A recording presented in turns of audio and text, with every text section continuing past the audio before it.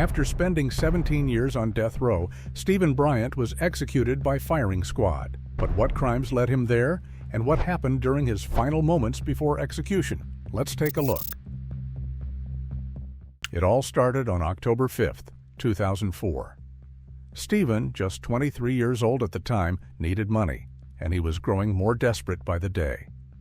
He spent his time roaming the rural backroads of Sumter County, keeping an eye on the quiet homes tucked behind trees, the ones with long driveways and no neighbors nearby. Stephen would walk up during the day, claiming he was looking for someone or that his truck had broken down. He smiled, waved, and acted harmless. And it worked. Neighbors thought nothing of it. But Stephen wasn't lost. He was scouting. The day after visiting one house, he came back, but this time there was no knock.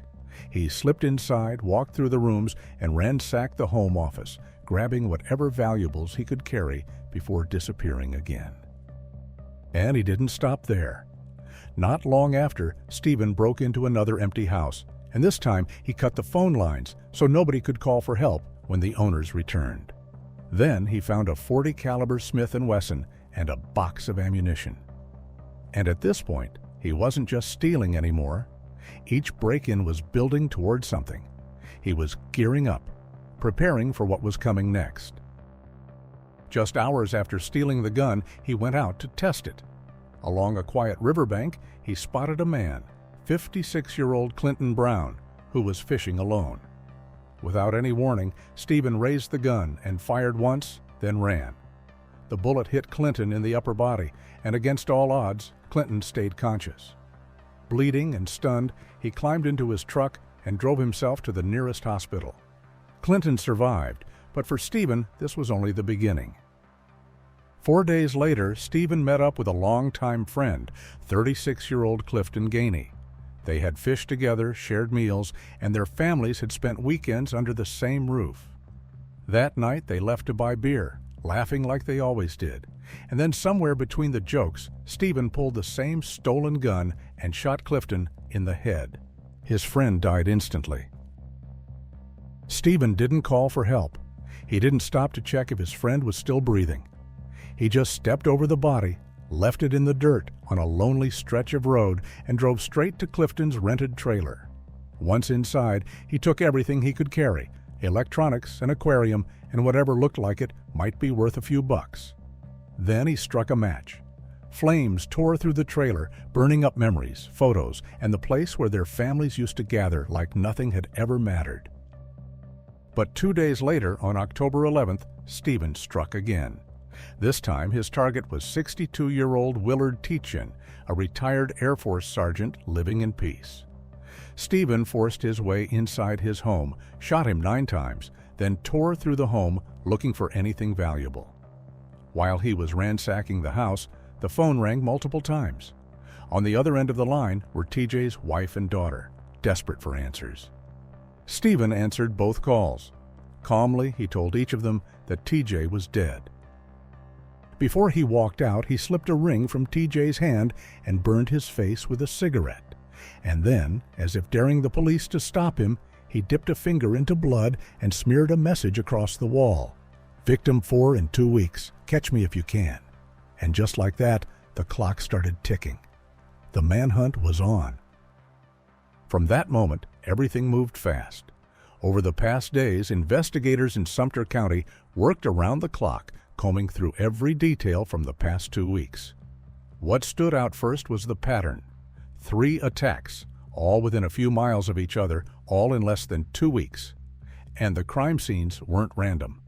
The gunshot wounds were similar, the shell casings matched, and not a single sign of a struggle. The more detectives uncovered, the clearer it became. This wasn't coincidence. It was a spree. One man, moving fast, who was killing with precision and daring the police to stop him.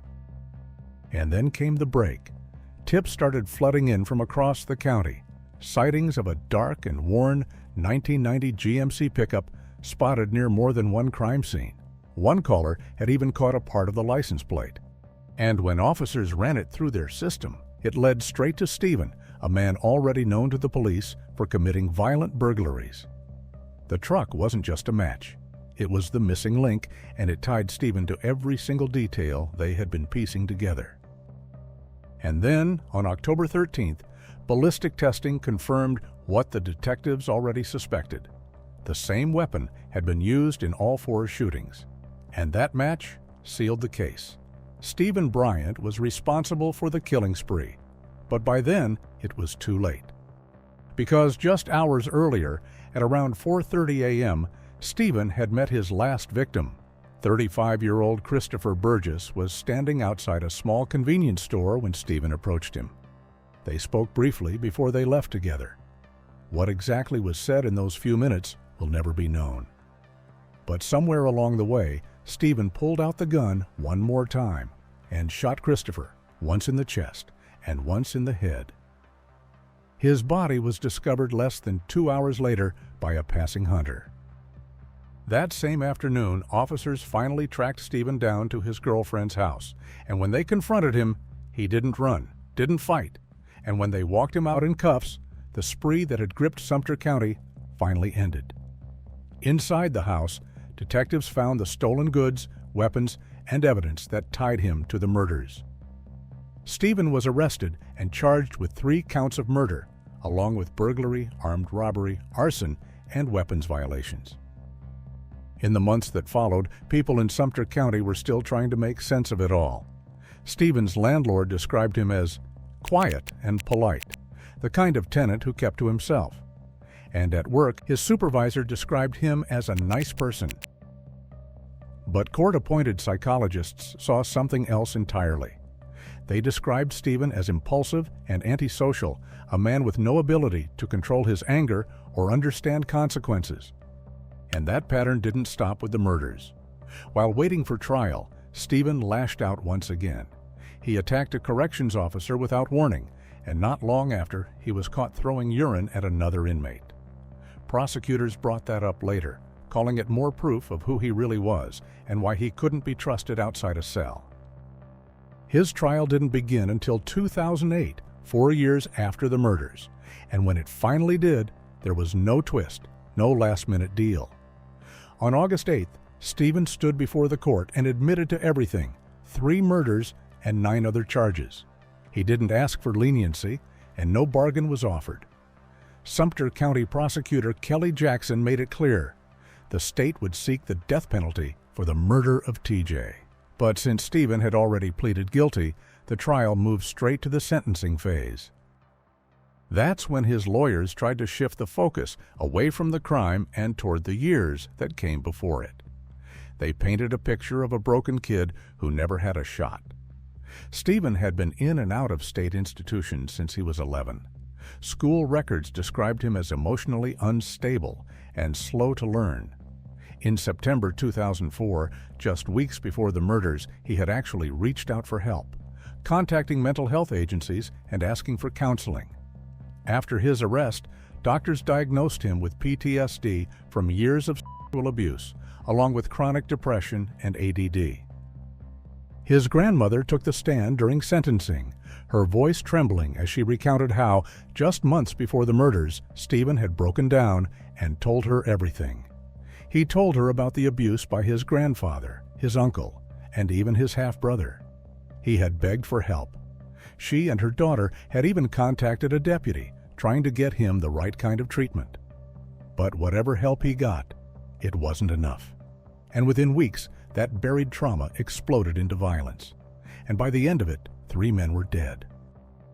But prosecutors pushed back hard. They said the story of a broken boy didn't hold up in the face of the facts. This wasn't trauma spiraling out of control, it was cold, calculated murder. Each killing, they argued, was deliberate. Stephen hadn't snapped, he had hunted. He had planned every move and executed it without hesitation. And once the jury heard it laid out like that, whatever sympathy they might have had vanished, and they sided with the state. Then, on September 11, 2008, Judge Thomas Russo delivered the verdict.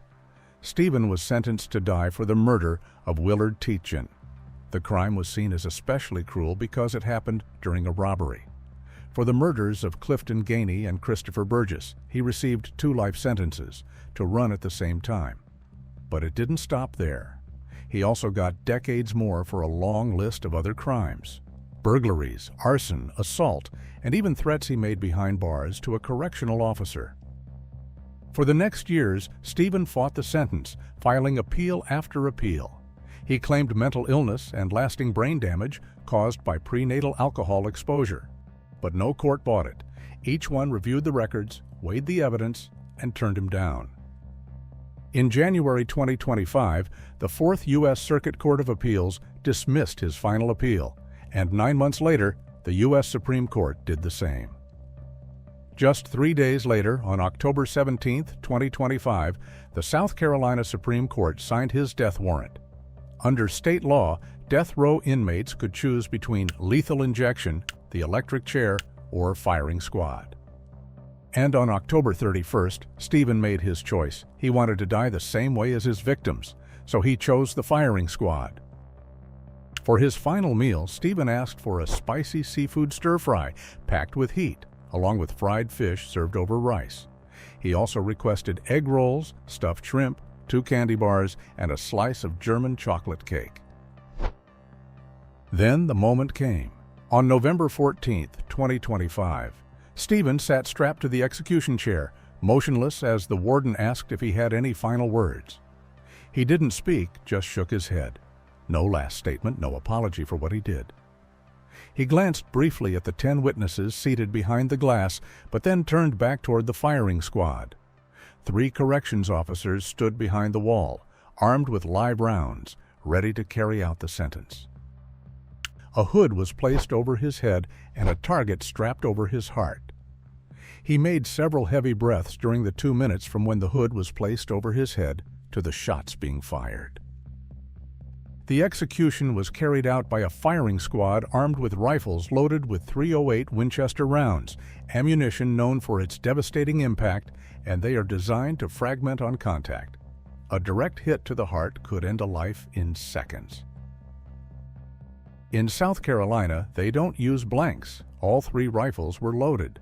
The 3 volunteers stand behind a wall with a small opening, not visible to witnesses. And after the warden reads the execution order, the officers fire. The curtains opened at 6:01 p.m. About 55 seconds later, the command was given, and the shots rang out. Stephen made no sound. The paper bullseye taped to his chest ripped forward from the impact. His body tensed, then loosened. A few shallow breaths followed by a final spasm came just over a minute later.